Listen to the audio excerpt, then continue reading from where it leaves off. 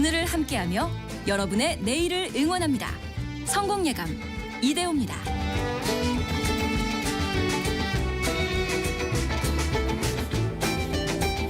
성공예감 이대호입니다. 2부가 시작됐습니다. 12월 19일 목요일 오전 10시 5분 함께하고 계시고요. 경제상식 퀴즈 정답 알려드릴 시간인데요. 정답은 송년회였습니다. 송년회. 이맘때쯤이면 보고 싶었던 사람들 다시 한번 보고 또 한 해를 같이 모여서 정리하는 이 모임. 특히나 전국이 어수선한 상황이어서 많은 분들이 이걸 이제 취소하시기도 했었는데요. 정치권에서도 그렇고 정부에서도 그렇고 부디 예정대로 이걸 좀 진행해달라 이런 이야기들이 많이 나오고 있죠. 우리 자영업자분들이 너무 힘드신데 송년회 할 거 해야죠. 만날 사람들도 만나고요. 또 드실 것도 맛있게 드시면 좋고요. 많이들 또 공감을 하고 계시는데요. 8195님 저는 송년회 5번 했습니다. 좋습니다. 5번 정도 신년회도 한 5번 정도 하시길 바라겠고요.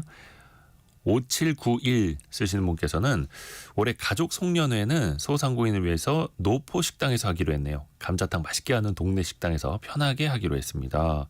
이렇게 보내주셨고요. 안기영님 회사에서 송년회 때 노래방 가서 1등하면 상금 20만 원 주어서 요즘 댄스와 함께 노래 연습 중이시라고. 꼭 1등 하시길 바라겠습니다. 요즘에 그런 회사가 있네요. 그런데 2525 쓰시는 분께서는 택시 경력 45년인데요. 올해는 연말 분위기가 안 나네요. 이렇게 보내주셨어요. 8540님 회사 송년회하고 2차도 없이 바로 집으로 왔네요. 요즘 송년회식 밥 먹는 회식 같아요. 라고 그렇죠. 약간 2차도 하고 술 한잔 걸치시고 이렇게 전철도 좀 시간이 끊겨야 택시들을 좀 타시는데 택시도 좀 잘 되셔야 할 텐데요. 아무튼 힘내십시오. 오늘 증시 상황 앞에서 1부에서도 말씀드렸습니다만 미국장이 많이 빠졌죠. 미국장이 거의 나스닥은 3.5%나 빠져서 우리 시장도 그 영향을 받고 있는데요. 미국 연준에서 기준금리를 한 차례 내리기는 했습니다만 내년에는 4번이 아니라 2번만 내릴 거야 라는 신호를 주면서 시장이 좀 충격을 받았죠. 우리 증시도 2% 넘게 급락하면서 출발을 했는데요. 낙폭을 약간 좁히기는 했습니다. 코스피는 1.5% 떨어진 2446, 코스닥은 1.67% 내린 685.9를 가리키고 있고요. 삼성전자는 다시 53,000원대까지 떨어졌습니다. 53,600원으로 2.3% 떨어지고 있고 하이닉스는 약 4% 내린 176,000원대 가리키고 있고요. 셀트리온이 2.5% 정도 내리고 있고 반대로 조선주는 비교적 선방을 하고 있네요. HD 현대중공업은 3.3% 오르고 있고요. 코스닥 시총 상위 종목들은 거의 시총 10위 종목 중에서는 오르는 게 없습니다. 거의 다 이제 크게 하락을 하고 있고요. 제약바이오주들이 좀 크게 조정을 받는 것들이 눈에 띄네요. 원달러 환율이 이 시각 현재는 1,450원대 좀 하회는 하고 있습니다. 1,449원이기는 합니다만 그래도 하루 만에 거의 한 17원 급등한 그런 흐름입니다. 환율, 이 외환시장이 여전히 좀 불안한 흐름이네요. 앞에서 우리 청취자분들도 연말 분위기가 별로 안 난다라고 하셨는데 이거 분위기를 좀 끌어올릴 수 있을까요? 조선시대에도 크리스마스가 있었다고 합니다. 조선시대에는 과연 이 성탄절을 어떻게 보냈다는 얘기인지 그리고 이맘때 빼놓을 수 없는 게 있었다고 합니다. 김장 담그는 것보다 더 중요한 장 담그는 일. 겨울철 연례 행사였다고 하는데요. 바쁜 연말을 보냈을 조선시대로 갑니다. 역사 커뮤니케이터 이한 작가와 함께합니다. 안녕하세요. 안녕하세요. 조선시대에도 성탄절이 있었다고요? 사실 지금 크리스마스 하면은 나라의 명절입니다. 달력에 빨간색으로 적혀 있죠. 공휴일. 근데 이게 좀 특이한 거예요. 왜냐하면 일본만 하더라도 크리스마스가 명절이 아니거든요. 공휴일이 아닌가요? 예. 그렇기 때문에 우리나라 좀 특유의 문화라고 할 수도 있긴 한데 또 그만큼 사람들이 크리스마스를 즐겁게 놀았다는 뜻이죠. 옛부터. 근데 정확히 말하면 이제 크리스트교, 그러니까 천주교가 처음으로 이 땅에 들어오게 된 것은 이제 영종조 때 그 남인들이 그 책을 들어오게 되면서 자기들이 배워서 이제 들어온 거긴 했는데요. 근데 그 당시는 뻑하면 탄압을 받았기 때문에 뭐 이제 파티하고 놀만한 그런 상황은 아니었습니다. 그때 무슨 뭐 박해 이런 것도 있었고요. 기뉴박해고 뭐고 많았죠. 하지만 이제 개국이 되고 사실 그럼에도 불구하고 사람들이 많이 믿었거든요. 심지어 흥선대원군의 부인인 여흥 부대 부인 민 씨도 세례를 받았던 교인이었습니다. 그리고 이제 그 서양 선교사들이 들어오게 되면서 또 이제 고종이 서양 문물에 굉장히 호의적이었거든요.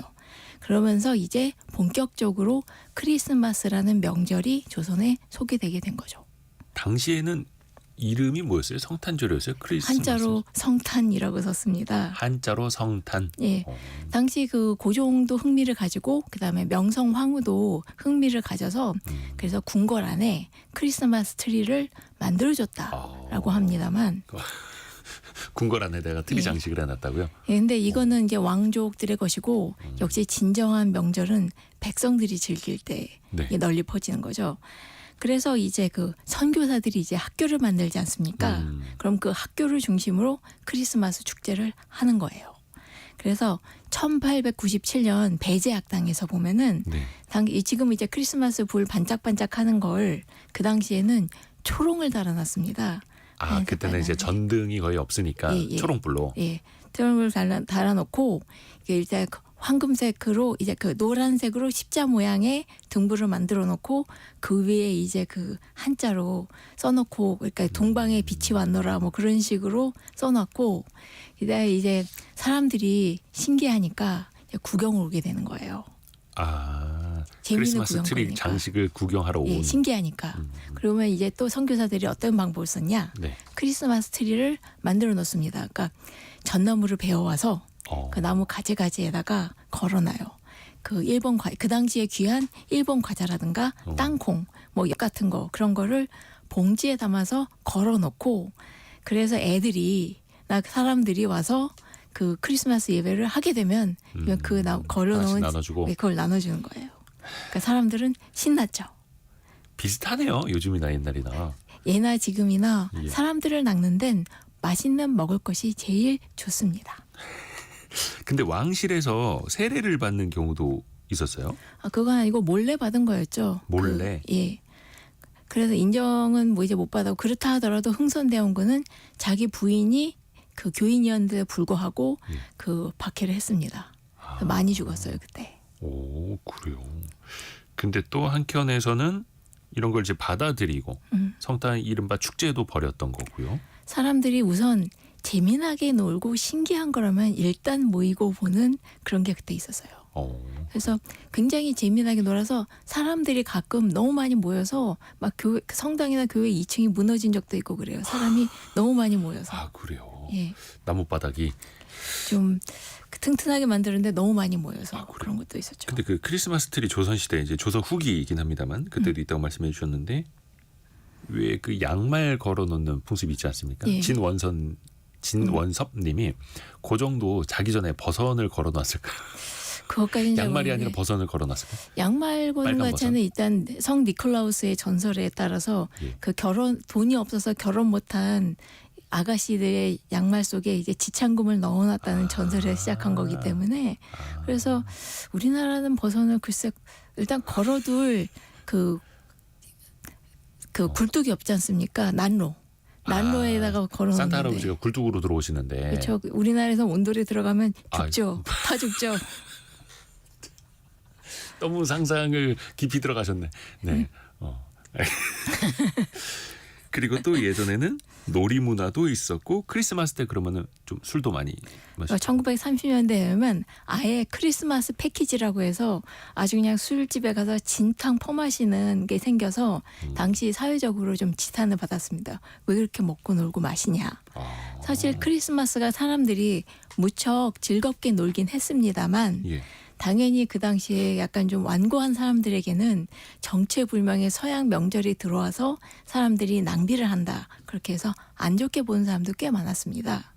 무려 1953년에 네. 신문에 있었던 그 논설인데요. 예. 그 사람이 전쟁 끝난 직후죠. 직후에. 예, 근데 거기에 그 사람이 쓴 거에 따르면 내가 어렸을 때 크리스마스 때는 그냥 솔방울을 나무에 걸어서 장식하고 호박 고지떡이나 아니면 엿 같은 걸 나눠 먹고 축하를 했는데 네. 요즘 젊은 것들은 그 비싼 외화를 들어서 크리스마스 카드를 주고받고 크리스마스 케이크 그 당시 케이크를 그 당시 표현을 캑이라고 쓰더라고요. 한 글자로 캑. 예, 예.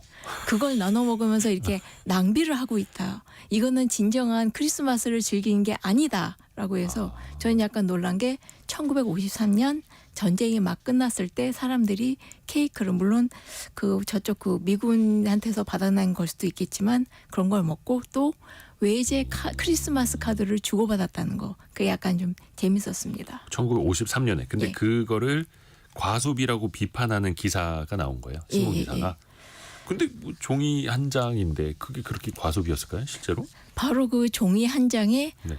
말도 안 되는 비싼 돈을 주고 산다는 게 이 당시 사람으로서는 이해가 안 갔던 거죠. 얼마나 됐을까요? 그냥 200환이라고 해서 200환? 예, 그러면 밥 몇 그릇은 됐을 겁니다. 아마 싼 오. 밥은 그 진짜 그 100환 정도만 해도 국밥이나 그런 건 먹을 수 있었으니까. 이렇게 비쌌던 이유는 상당수의 크리스마스 카드가 외국에서 수입한 것들이었거든요. 그러니까 비쌀 수밖에 없었는데 다른 한편으로 한국에서도 이제 전쟁의 상처를 이겨내기 위해 크리스마스 카드를 많이 만들어서 수출하기도 했습니다. 우리나라에서도 그건 이제 나중에 전쟁 끝나고 예, 예. 경공업 활성화되면서 근데 약간 그 크리스마스 때 많은 사람들이 이제 먹고 노는 분위기 있었다고 하는데 그거는 연말이어서 특히 그런 건 아니었어요? 그 지금도 있겠지만 그때 그 낭비로 대표적인 것으로 들어진 것은 댄스홀에서 네? 댄스홀. 댄스홀이 있었어요? 예. 당시 있었죠. 몇 년도지? 1953년 그 이후로부터 댄스홀에서 사람들이 특히 젊은 애들이 크리스마스 낭비를 하면서 흥청망청 놀아댄다. 그리고 거기에 쓸 돈으로 불우이웃을 돕자라는 이야기를 했습니다. 그래서 지금 생각하면 1953년인데 그때 네. 젊은 분들은 20살 그 정도라고 쳐봐요. 지금은 뭐 한 8, 90세 예, 되셨을 그쵸. 분들. 그런 그때는 분들도, 젊은 애라고 예. 했던. 네, 그 지금 그 8, 90분이 얼마나 나이가 많으세요. 근데 그분들도 그 전쟁 직후에는 그 요즘 젊은 것들은이라고 잔소리를 듣던 세대였다고 생각하시면 되겠습니다. 그렇죠. 옛날에 뭐 공자님도 그런 말씀하셨다면서요. 요즘 애들 버릇 없다고. 네. 그런 얘기는 전 세계 동서고금을 막론하고 언제나 나오는 이야기였습니다. 근데 전쟁 직후에도 그랬고 예. 당시에도 또 그렇게 흥청망청 또 그리고 국밥 한 4-5그릇 정도 되는 가격을 크리스마스 카드에다 쓰는 돈을 보고 이것도 이제 비판적인 시선들이 또 많았던 그 돈으로 거고. 불우이웃을 도와라라는 많이 들어본 이야기죠. 지금도. 근데 이때도 뭔가 좀 양극화가 돼 있었겠죠. 그렇겠죠. 그렇죠. 당연하죠. 근데 연말에 빠지지 않는 게 있다고 합니다.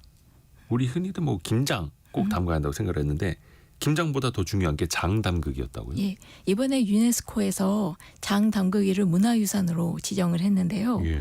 사실 우리 지금은 이제 연말에 이제 큰일이라면 김장 담그기 네. 해서 많은 분들이 이걸로 스트레스 받고 힘들어합니다만 사실 이건 김장도 힘들지만 더 힘든 걸로 따진다면 역시 장 담그는 거였다고 생각을 합니다. 요즘에는 이제 김장은 많이들 담그셔도 장을 직접 담그시는 분들 거의 없으시잖아요. 제가 어렸을 때만 하더라도 담그셨어요. 그러니까 정확히 말하면은 저희 외할머니가 메주를 띄우셔서 저희 집에 보내면 저희 친정 어머니께서 이제 그걸로 간장을 만드셔서 항상 그 베란다에 항아리가 있어서 그걸 뚜껑을 딱 열면 그 간장 위에 메주가 동동 떠 있어서 제가 그걸 한참 바라봤던 기억이 납니다.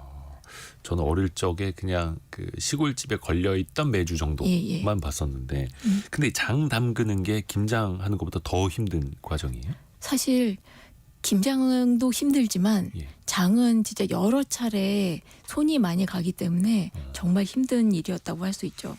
그러니까 사실 지금 요리책 조선시대 때 요리책들 보면은 네. 장 담그는 이야기가 꽤 많이 있고요. 심지어 양반들이나 일단 왕국의 이 그런 계산서를 보면은 장 담그기용 콩을 사는 항목이 꼭 있습니다. 그리고 그 양반들이 보낸 편지에서도 그 장을 담가야 되니까 콩 살 돈 좀 보내라. 콩 좀 보내다오. 이렇게 부탁하는 게 있었고요. 왜냐하면 그럴 수밖에 없는 게 모든 조선시대의 요리의 알파이자 오메가가 장이었거든요. 된장이든 간장이든 또 다른 장이든. 근데 그것도 콩이 핵심이었고 그렇죠. 콩이 정말 없으면서. 중요했던 거네요. 예.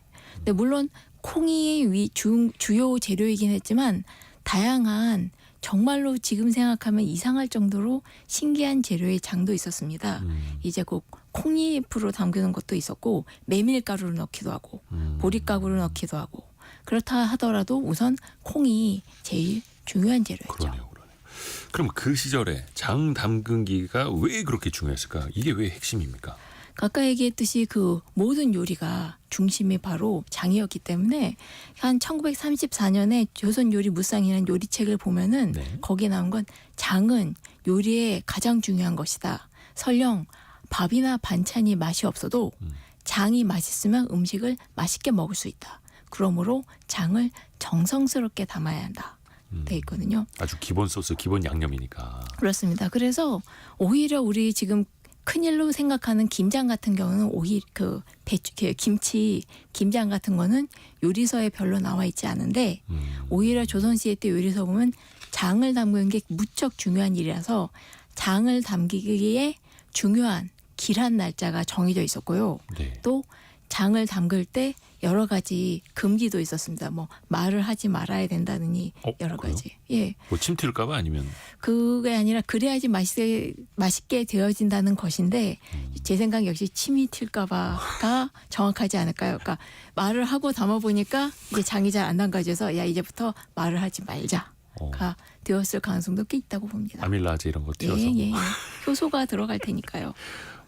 근데 앞에서 잠깐 이제 말씀해 주신 게 메주를 만드는 과정도 복잡한데 거기 좀 특이한 게 들어갔다고 잠깐 말씀하셨거든요. 그렇습니다. 그 보통 우리는 생각하면 그냥 지금 우리가 하는 메주는 그냥 콩을 콩으로. 삶아서 그걸 으깨서 네모나게 빚어서 지푸라기에 묶어서 매달아 놓는 거 정도로 생각하기 쉬운데요. 네.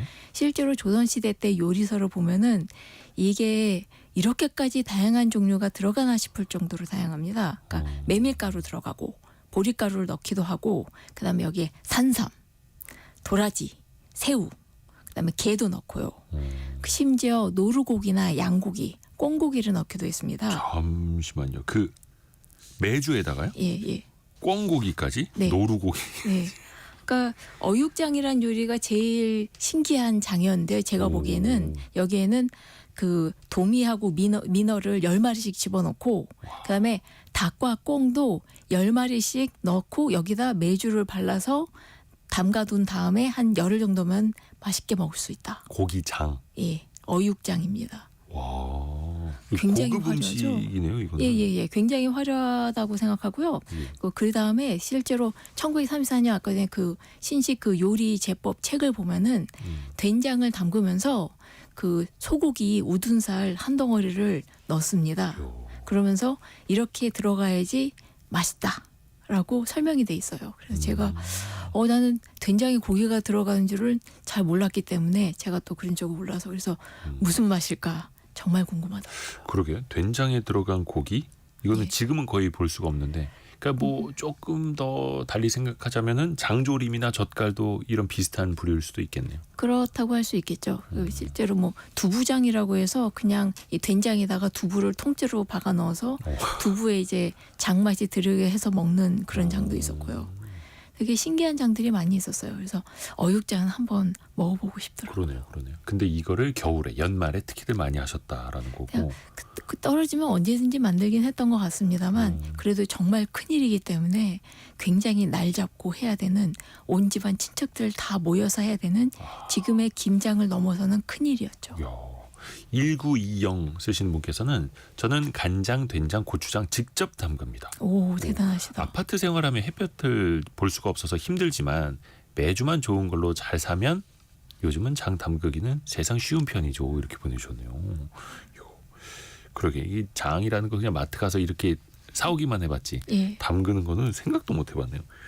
또 우리가 이게 중요해서 그런지 모르겠지만 그 비슷한 속담들도 많아요. 예. 예를 들어서 거짓말 잘하는 사람한테는 콩으로 메주를 쓴다고 해도 안 믿는다라고 예. 하고 또 반대로 좀 신뢰감 있는 사람한테는 파트로 메주를 쓴다고 해도 고집 믿는다라는 말도 있잖아요.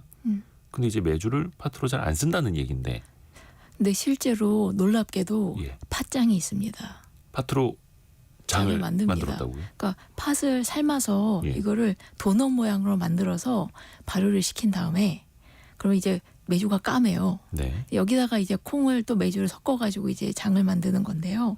그래서 제가 그걸 보고 저희 수십 년 동안의 상식이 와그르르 무너지는 그런 충격을 받습니다. 된장이 아니라 팥장. 예. 그러니까 메주가 진짜 까맣더라고요. 이게 동그랗게 생겨가지고. 팥이 조금 이제 붉고 예. 어두우니까. 예. 그 어떤 맛일까요? 좀 달달하려나? 그래서 일단 그 설탕만 안 넣으면 팥도 사실 콩과 비슷한 종류이기 때문에 아. 크게 맛의 차이도 있겠지만 예. 달콤하진 않을 것 같아요. 오, 신기한 게 많이 있네요. 그렇습니다. 뭐 이제 진짜 느릅나무로 만든 그 느릅나무 열매를 넣어서 만든 유인장 같은 것도 있고요. 예. 뭐 게장도 따지고 보면 장이라고 할 수 있겠습니다만 아하. 그렇다 하더라도 역시 가장 기본은 된장과 간장 그리고 약간 나중에 요즘은 이제 고추장도 들어가겠죠. 오호. 근데 거기에다가 뭐 더덕, 도라지 넣기도 하고 아까 노루고기, 양고기 넣기도 하고 굉장히 또 화려하게 또 예. 음식으로서 발전을 한 거네요. 그렇기 때문에 그 열하일기를 썼던 박지원이 예. 아들한테 편지를 쓴 게 있는데요. 예. 여기서 보면은 아들이 이제 장을 담글 때가 된 거예요. 그러니까 실학자인 박지원이 잔소리를 합니다. 장 담글 때 너 혼자 하지 말고 꼭 너희 누이들한테 물어가면서 해라. 그리고 온갖 게라든가 그 온갖 그 비싼 재료들 아끼지 말고 넣어라. 그러니까 그만큼 장을 맛있게 만들어야지 1년이나 한동안 그 먹거리가 잘 해결되는 거기 때문에 정말 조선 사람들은 목숨을 걸고 맛있는 장을 만들기 위해서 애를 썼습니다. 또 하나 이제 장과 관련된 이야기로 재미난 사례가 있는데요. 네. 바로 다산 정약용의 이야기입니다. 예. 또 이분 이야기인데요. 이분이 그 한 6살 때 일이었는데 그 당시 연천에서 살고 있었거든요. 네. 근데 그 어머니 해남윤 씨가 온 가족이 먹기 위한 장을 담그게 됐어요. 근데 물론 다산 정약용 선생님은 조선을 대표하는 지성이자 아주 훌륭한 석학입니다만 6살 때의 애라면 하는데 전혀 도움이 안 되는 말썽꾸러기였습니다. 게다가 이게 장이잖아요. 콩도 끓여야 되고 으깨기도 해야 되고 일이 많은데 6살짜리 애가 뻘뻘뻘 뛰어다니면 거추장스럽고요. 다칠 수도 있고 위험합니다. 네네. 그러니까 이렇게 했을 때 할 수 있는 방법은 역시 집안 친척들 소환. 그 나이 차이가 많은 형이 있거든요. 형을 불러다가 형과 그 형수님이 와서 그 엄마가 장 담그는 동안 6살짜리 정약용이랑 같이 놀아줍니다. 네, 놀아줄 때 이때 했던 게 보드게임이에요. 쌍육이라고. 쌍육? 예, 말을 굴려가면서 이제 그 주사위 같은 거 굴려가면서 말을 이제 이동시키는 건데. 윷놀이 비슷한 거예요. 예. 그래서 어린 정약용은 그 쌍용놀이가 너무 재밌어서 엄마 일에 방해가 안 되고 열심히 형과 형수님과 놀았다는 이야기가 본인이 적었습니다. 또 하나 재미있는 게 이때 그 형도 유명한 사람이지만 예. 이 형수님이 굉장히 중요한 사람인데 이 형수님이 이씨거든요. 아까 제일 처음에 크리스마스 얘기했을 때 처음에 천주교가 바로 조선에선 그 학자들이 스스로 들여왔다고 했지 않습니까? 그 중에 대표적인 사람이 바로 이벽인데 예. 바로 이 형수님이 그 이벽의 누이입니다. 그러니까 굉장히 역사적으로 중요한 인물들이 이제 장 담그는데 방해 안 되도록 어린 정약용을 데리고 놀아줬던 것이고 예나 지금이나 애들은 집안일 할 때 도움이 안 된다는 사례가 되겠습니다. 그래서 애들이 어른들 방해하지 못하게 한쪽에 잘 이제 안전하게 놀도록 하는 것도 큰 과제였던 거고 요즘 뭐 지역에서 그 장 담글 때 그 김장할 때도 비슷합니다. 그렇죠. 예. 애들 또 한쪽에서 봐야 되고 그 된장, 간장 이거 어떻게 보면 이제 메주에서부터 시작이 되는 건데 고추장 이야기가 잘 안 나옵니다. 사실 고추장은 지금 모든 사람들이 몹시 사랑하지만 굉장히 늦게 나왔습니다. 고추라는 것 자체가 임진왜란 이후에 일본 쪽을 통해서 들어왔던 그런 새로운 작물이었기 때문에 처음 이름은 남만초였습니다. 남만이 남쪽 오랑캐라는 뜻이거든요. 그래서 고추가 처음 들어왔고 근데 그 전에는 그 사람들이 이제 그 된장 고추장 말고 그 천초라고 해서 이렇게 알싸한 맛이 나는 그 열매 그걸 넣은 장은 만들었는데 고추가 들어오게 되면서 점점 고추장이 만들어지게 됐죠. 아하, 처음에는 남만초. 예, 예. 그래서 이제 쓰고 맵다고 해서 고초장이라고도 하고 아니면 고토장이라고도 하고 이름은 다양합니다. 쓰고 맵다 고초장. 예, 예. 아, 이게 어원이 이렇게 되는 거였네요. 근데 고토장이라고 써고 다양하게도 써요. 예. 근데 이게 이제 뒤늦게 들어오기는 했는데 예. 임금님이 정말 사랑한 케이스가 있었다고요. 예, 고추장을. 고추장을 정말로 사랑했던 왕이 바로 영조입니다. 영조. 예, 워낙 영조는 역시 오래 살려면 소식해야 된다는 거 아주 온 몸으로 보여준 사람이라고 할 수 있는데요. 네. 워낙 임금님은 하루에 한 5끼 정도 먹거든요. 네. 그런데 영조 같은 경우에는 3끼만 먹고 그것도 아주 간단하게 먹는 정도로 그러니까 고기를 줄이고 그 채소 반찬 위주로 먹었다고는 합니다만 그래도 고기는 먹긴 먹었습니다. 그렇다 하더라도 우선 고추장을 워낙 좋아했던 것으로 유명해서요. 그래서 이제 56살 때 좀 큰 병을 한번 앓았는데 왜냐면 오래 살았으니까 병을 앓았다 나았다 많이 했거든요. 네. 근데 이때 입맛이 없었는데 그 영조가 미워했던 아들인 사도세자가 역시 영조가 미워했던 신하 중에 조종부라는 사람이 있었습니다. 조종부. 예, 왜냐하면 이 사람은 약간 영조가 주장했던 탕평책을 좀 반대한 사람이었거든요. 그래서 밉살스러워 했는데 자기가 미워하는 아들이 자기가 미워하는 신하가 만든 고추장을 갖다 바쳤는데 이게 맛있는 거예요. 너무 맛있는 거예요. 예, 그래서 사람은 밉지만 고추장은 사랑했기 때문에 영조가 그 고추장을 맛있게 먹고 건강을 되찾았다고 합니다. 아우 배고파라. 예. 오늘 점심에 뭔가 이제 고추장이 들어간 걸 먹어야 될 것 같은데. 예. 근데 고추장을 어느 정도까지 좋아했던 거예요, 영조가? 예, 56살 때 먹고 나서 그 다음에 거의 7, 80 되어서도 이제 일기가 남아있거든요. 예. 그러면 이제 왕궁의 의사들이 매일 하는 일정이 가서 매일 아침에 검진하는 거예요. 임금님 오늘은 어떠세요? 이렇게 물어보는데 한 80살 때 됐던 게 내가 요즘 입맛이 잘 밥을 못 먹긴 한데 그래도 고추장이 있어서 밥을 좀 잘 먹을 수가 있네? 라고 이야기를 합니다. 근데 이때 영조가 또 했던 말은 내의원에서 만든 고추장보다 사대부 즉 선비가 만든 고추장이 더 맛있더라 라고 이야기를 합니다.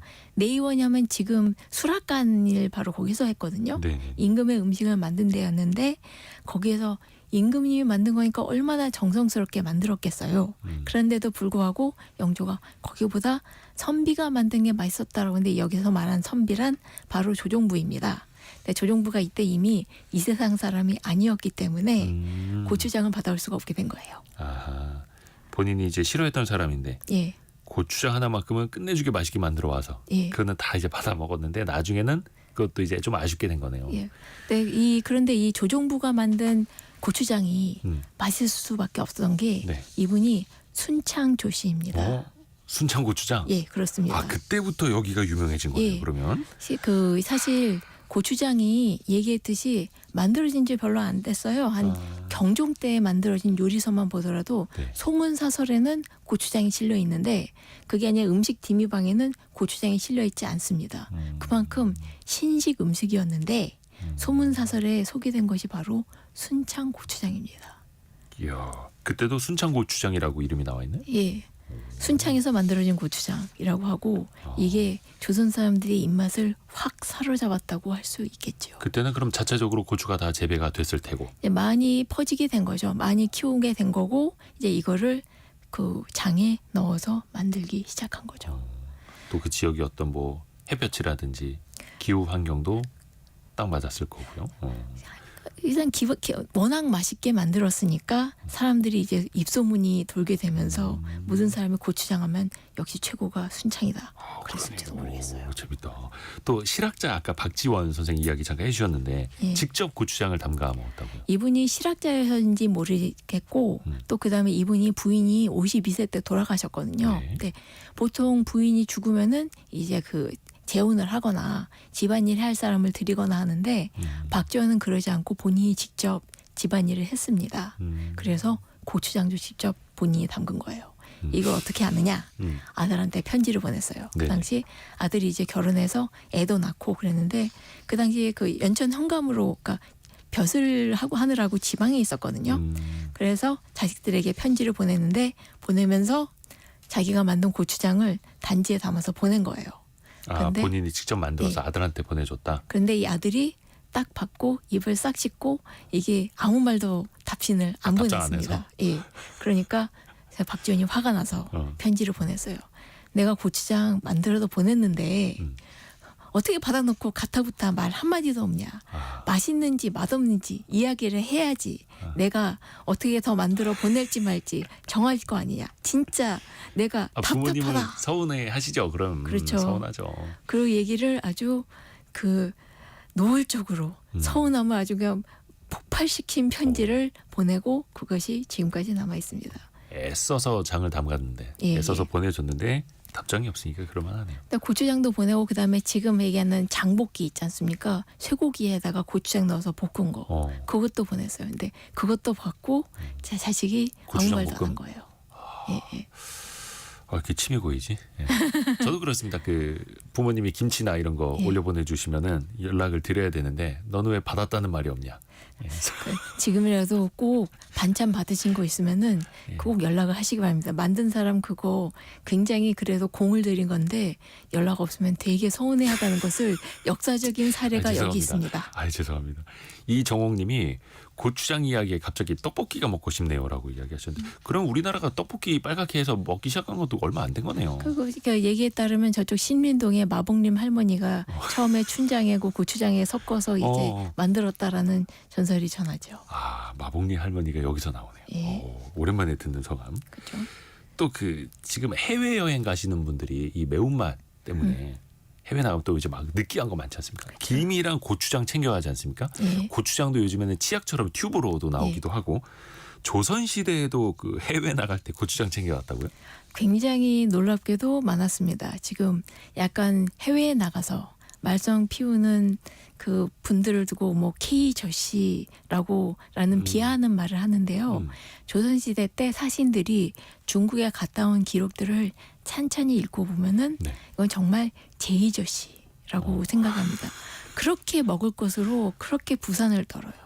아, 어디 해외 가기 전에 예. 해외라고 해봐야 뭐 당시에 거의 중국이겠습니다. 예, 중국밖에 없죠. 그리고 일본 갔다 해서 일본. 왜냐하면 나라의 허락 없이는 해외 여행이 사실상 안 됐어요. 금지되어 있었기 예, 때문에. 예. 근데 그 사신으로 가는 사람들이 그 중국 요리들이 입맛에 안 맞다고 온갖 그 반찬들을 싸서 갔던 것으로 되어 있습니다.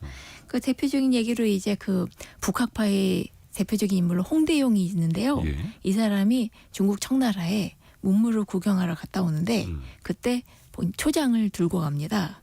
이 초장이 고추장 할 때 그 초장이 아니라 그 장을 볶아서 수분을 말려서 보존성이 좋게 한 그 장.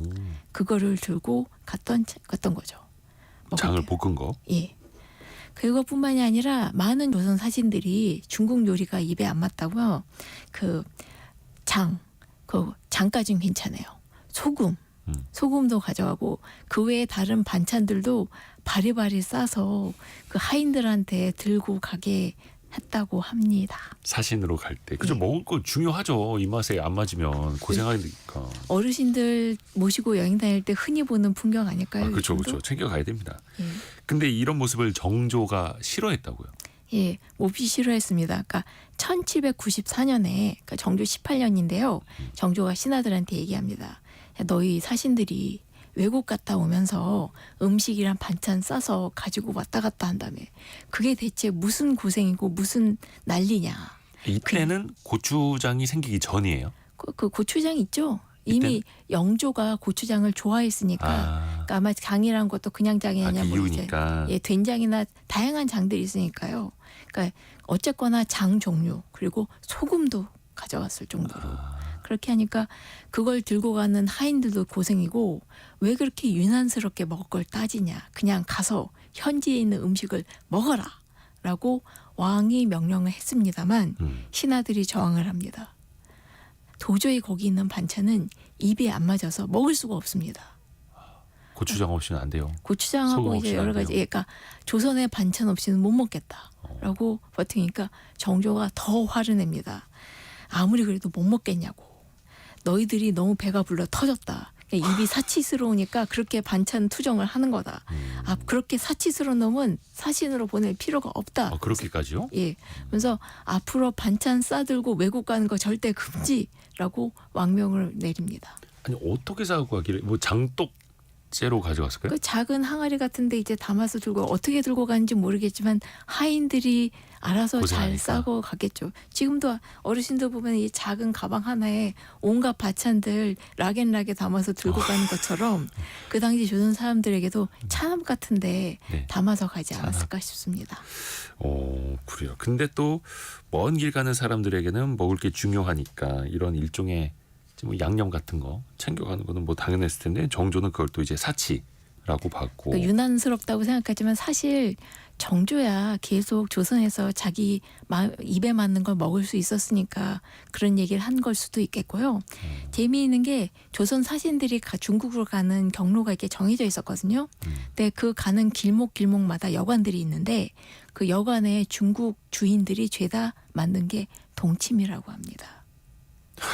왜냐하면 조선 사신들이 계속 와서 동치미 내놔라. 너무 맛있어서? 없어. 그러니까 아니 그게 아니라 동치미 없이는 밥을 안 먹겠다. 그 당시엔 배추김치가 그렇게 흔하지 않았거든요. 왜냐하면 배추가 그 당시에는 얼갈이처럼 되게 가늘었기 때문에 배추김치보다는 무김치가 더 많았습니다. 그리고 동치미를 먹고 싶어 하니까 계속 동치미 내놔라 하니까 그 중국 주인들이 어쩔 수 없이 동치미를 담근 거예요. 동치미 먹고 싶네. 네. 이 동치미는 참 추운 겨울에 또 차갑게 먹어야 그렇죠. 그 제맛이잖아요. 근데 문제는 그렇게 해서 그 조선 그 진상 사신들에게 그 중국 사람들이 동치미를 만들어서 내주면 꼭 하는 말이 있죠. 그 맛이 아니야. 예? 그러니까 내가 진정하게 먹던 그 동치미 아니야. 이 동치미는 가짜야라고 얘기한 까다롭네요. 것들이 네. 그게 그 박지원도 그렇고 수많은 중국에 사신 갔다 온 사람들이 다 얘기해요. 동치미인데 동치미이긴 동치미인데 맛이 없다. 조선의 그 맛이 아니다. 그 시원한 맛이 아니다. 그렇게 끝내주게 반찬 투정들을 했습니다. 근데 그게 기록으로도 남아 있고 정조가 그렇게 싸가지고 다니지 마라 했던 거고. 그게 무려 실록에도 나와 있습니다. 근데 그게 지금도 이어져요. 박진주님은 저도 캐나다에 워킹홀리데이 1년 있으면서 한국 음식만 해먹어서 이렇게 보내주셨고, 영호 영희님은 해외여행 갈 때 고추튀김 등등 매콤한 거 싸가지고 갔는데 역시 나더라고요. 이렇게 보내주셨고, 5676님은 옛날 어른들은 장 맛이 없으면 그 가정에 애군이 든다고 하셔서 장 담글 때 아주 신중했던 기억이 나네요. 라고 보내주셨네요. 장이 참 중요합니다. 맛 자체를 좌우해버리지 않습니까? 그렇죠. 그러면은 그 정조가 그러지 말라고 하면 사신들은 어떻게 장 안 가지고 갔던 거예요? 빈손으로? 그럴 리가 있겠습니까? 다 정말 가지고 가더라고요. 몰래. 예. 그리고 아까 얘기들 또 이제 또 그 심지어 이제 아까 얘기들 아예 홍대영처럼 초장을 들고 간 사람도 있었고요. 네. 그리고 그 정말 입맛은 어쩔 수 없다고 생각하는 게 제가 어렸을 때만 하더라도 저는 이제 그 어릴 땐 피자라든가 스파게티 그런 거 되게 좋아하고 그거 먹으면 되게 좋아했었거든요. 네네네. 그랬는데 이제 이 나이가 드니까 얼큰한 게 그렇죠. 점점 먹고 싶어지고 저도 외국에서 살면서 항상 그렇게 한국 음식을 만들어 먹게 되더라고요. 그렇죠. 이게 뭐 피자, 뭐 스파게티 이런 건 이제 어쩌다 한번 먹었을 때 맛있는 거고 매일 먹는 거를 멀리 나가서 먹지 못하면 힘들죠. 제가 외국 살 때는 정말 김치를 파는 가게가 제가 사는 데에서 운전해서 5시간 거리에 있었거든요. 오. 거기까지 운전해 가서 김치를 바리바리 사가지고 그리고 다시 왕복 10시간을 했었습니다. 그렇죠. 김치 없이 못 살죠. 그렇습니다. 근데 조선시대 사신들도 마찬가지였고. 입맛이라는 게 정말 무서운 것 같은 게 어릴 때는 이것저것 잘 먹었다가 그리고 나이 들면은 정말 본연의 입맛을 회귀하는 건지 참 한식을 이상할 정도로 좋아하게 되더라고요. 그래서 저는 오늘 점심도 한식으로 얼큰하게 먹을 생각입니다. 오늘 점심은 진짜 얼큰한 거 먹어야겠네요. 장소윤님, 사신들의 입맛을 이해해요. 중국 여행 갔을 때 향신료 때문에 힘들었어요. 이렇게 또 경험담도 이야기해 주셨고요. 곽정은님은 잘 먹어야지 일도 잘해야 하니까요. 예, 역시 한국인은 밥심입니다. 이렇게 보내주셨습니다. 와, 조선시대 성탄절 크리스마스부터 장 담그고 또 그 양념류를 얼마나 또 사랑했는지 그런 이야기도 들어봤습니다. 역사 커뮤니케이터 이한 작가였습니다. 고맙습니다. 감사합니다. 라디오 정보센터 가서 뉴스도 들어보시죠. 한덕수 대통령 권한대행이 국회에 양국법 등 6개 법안의 제의를 요구했습니다. 문화방송 MBC 대주주인 방송문화진흥회 권태선 이사장에 대한 방송통신위원회의 해임 처분은 취소해야 한다는 법원 판단이 나왔습니다. 고용노동부가 산업재해로 연간 사망자가 2명 이상 발생하는 등 산업재해 예방조치 의무를 위반한 사업장 468곳의 명단을 발표했습니다. 포스코 광양제철소와 LG 디스플레이 등이 명단에 포함됐습니다. 미국의 중앙은행인 연방준비제도가 기준금리를 4.25에서 4.5%로 기존보다 0.25%포인트 인하했습니다. 미 연준이 금리 인하 속도 조절을 시사하면서 뉴욕 증시는 급락했습니다. 지금까지 라디오 정보센터 뉴스 정원나였습니다. 애프터 서비스 시간 곽지현 리포터와 함께합니다. 안녕하세요. 네, 안녕하세요. 우리 청취자분들의 질문 어떤 게 들어와 있어요? 네, 먼저 고은호님, 금융통화위원회는 금리를 투표로 결정하는지 궁금합니다라고 보내셨습니다. 그렇죠. 금융통화위원회, 그러니까 한국은행 안에 있는 최고 의사결정 기구죠. 금융통화정책을 결정을 하는, 그러니까 위원회라고 하면은 기본적으로 합의기구다라고 보시면 되겠습니다. 네. 총 7명으로 구성되는데요. 한국은행 총재, 부총재가 당연직으로 들어가게 되고요. 네. 5분의 이제 추천을 받은 위원들이 들어갑니다. 한은 총재, 기재부 장관, 금융위원장, 대한상공회의소 회장, 전국은행연합 회장이 각각 추천하고 마지막에 대통령이 임명하는 그 5명을 합쳐서 총 7명으로 구성이 되고요. 네. 홀수죠. 그러니까 좀 의견이 대등할 때는 마지막에 캐스팅 보트를 의장이 쥐게 됩니다. 그 의장이 바로 한국은행 총재인 거고요. 그래서 한국은행 총재의 권한도 세고 그 한마디 한마디가 또 중요할 수밖에 없는 거죠. 네. 참고로 한국은행의 통화정책 방향 결정회의는 1년에 8번 열립니다. 약 6주 간격이죠.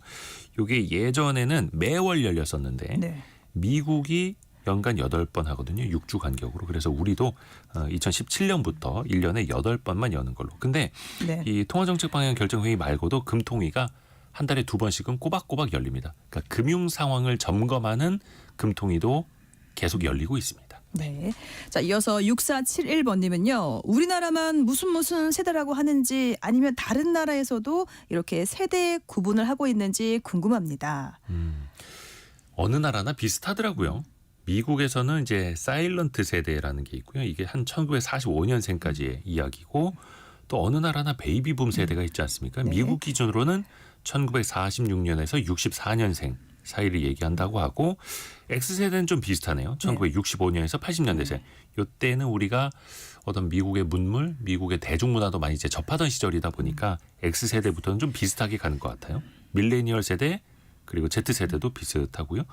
일본에서는 그 베이비붐 세대를 단카이 세대라고 단카이 하더라고요. 세대. 네. 우리보다 약간 좀 빠른데 1947년부터 49년 사이에 태어난 사람들을 단카이 세대라고 하는데 찾아보니까 이 단카이가 일종의 안반층을 말한다고 합니다. 지층. 그러니까 높은 압력으로 퇴적된 지층을 뜻하는 단카이. 그 단카이 세대라고 부르기도 한다네요. 네. 다음은 7759번님은 자율주행 차량이 운전할 때 과연 운전자와 보행자 중 누구를 더 우선순위로 보호하나요? 이 자율주행 차량이 아직까지는 시내에서는 2단계 정도 차량밖에 없습니다. 그거는 주도권이 운전자에게 있는 거거든요. 네. 그러니까 현행으로는 당연히 운전자의 책임이 가장 크고 거의 다 운전자의 책임이다 이렇게 보셔야 됩니다. 그런데 이게 3단계, 4단계, 5단계로 가면은 그때부터는 어떤 운전의 주도권이 차량으로 넘어가게 되는 거거든요. 네. 그러다 보니까 이때부터는 그럼 만약에 사고가 나더라도 운전자의 잘못이 아니라 제조사의 잘못으로 더 무게중심이 가야 하는 거지라고도 이제 보시는 거죠. 근데 이게 아직 네. 명확하게 기준이 정립되질 않았습니다. 또 이게 윤리적인 문제도 있는데요. 예를 들어서 이 차가 직진을 하게 되면 트럭과 정면 충돌을 한다. 사망이 이를 수도 있다. 근데 왼쪽으로 틀면 거기에 어린아이 2명이 있고 네. 오른쪽으로 틀면 노인 3분이 계시다. 과연 어떤 선택을 할 것인가. 이게 뭐 예전에 뭐 정의란 무엇인가 이런 거 이제 뭐 강의 시간에도 나온 이야기라고는 합니다만 복잡한 거죠. 그래서 아직은 사회적 합의에 이르지 못하고 있다 이렇게 보셔도 될 것 같습니다. 네. 자, 9710번님은 요즘 수소 차량 안 팔리나요? 이렇게 보내셨네요. 전기차도 잘 안 팔리는데 수소차는 더 하죠. 왜냐하면 이제 2024년 상반기까지 글로벌 총 판매량을 보면 5,600여 대가 팔려서 1년 전 같은 기간보다 34%나 감소했습니다. 많이들 느끼실 겁니다. 충전 인프라가 부족하죠. 수소 충전소 찾아보기 힘들고 또 한참 이제 줄 서서 기다리시는 분들도 좀 불편함을 호소하기도 하고 충전 비용도 저렴해야 하는데 그 수소 가격을 마냥 낮출 수가 없다 보니까 네. 여전히 충전 비용이 조금 비싸다라는 것도 있고 이것도 이제 보조금이 있어야만 그래서 살 수 있는 그런 차종이고 또 신모델이 계속해서 나와줘야 하는데 우리나라에서는 넥소 거의 한 대가 유일하죠. 신모델이 부재하다라는 것도 있습니다. 이런 게 또 해결이 돼야겠죠. 네. 자, 한 개 더 볼까요? 네. 네, 3762번님은 신용불량자입니다. 서울보증보험에서 사업자 보증보험 발급받을 수 있나요? 라고 보내셨는데요. 네. 그러니까 정확하게는 가맹자 사업자 보증보험이에요. 근데 신용불량자라고 해서 보증보험에 가입할 수 있다 없다 이런 게 아니라 우선 중요한 거는 심사를 하셔야 됩니다. 그러니까 심사를 넣어보고 그 안 되는 사유를 확인하는데요. 그래서 일방적으로 뭐 보증보험에 가입할 수 있다 없다를 확인할 수는 없고요. 그러니까 사업계약 내용도 참고해야 되기 때문에 뭐 계약 내용이라든지 가입할 금액 등 좀 종합적으로 이렇게 서류를 받아서 담당자가 심사하게 됩니다. 곽지연 리포터 고맙습니다. 네, 고맙습니다. 성공예감 2대5입니다. 1부, 2부 모두 마칠 시간이고요. 김용준님, 암소차는 어떤가요? 수소차 얘기해드린 암소차는 어떤가요? 요거 애프터 서비스로 준비 가능합니까? 추운 겨울을 더 썰렁하게 해주시는 아무튼 함께 늘 참여해 주셔서 너무나 감사드리고요. 내일 아침 9시 5분에 또 건강한 모습으로 찾아뵙겠습니다. 성공예감은 오늘도 여러분을 응원합니다.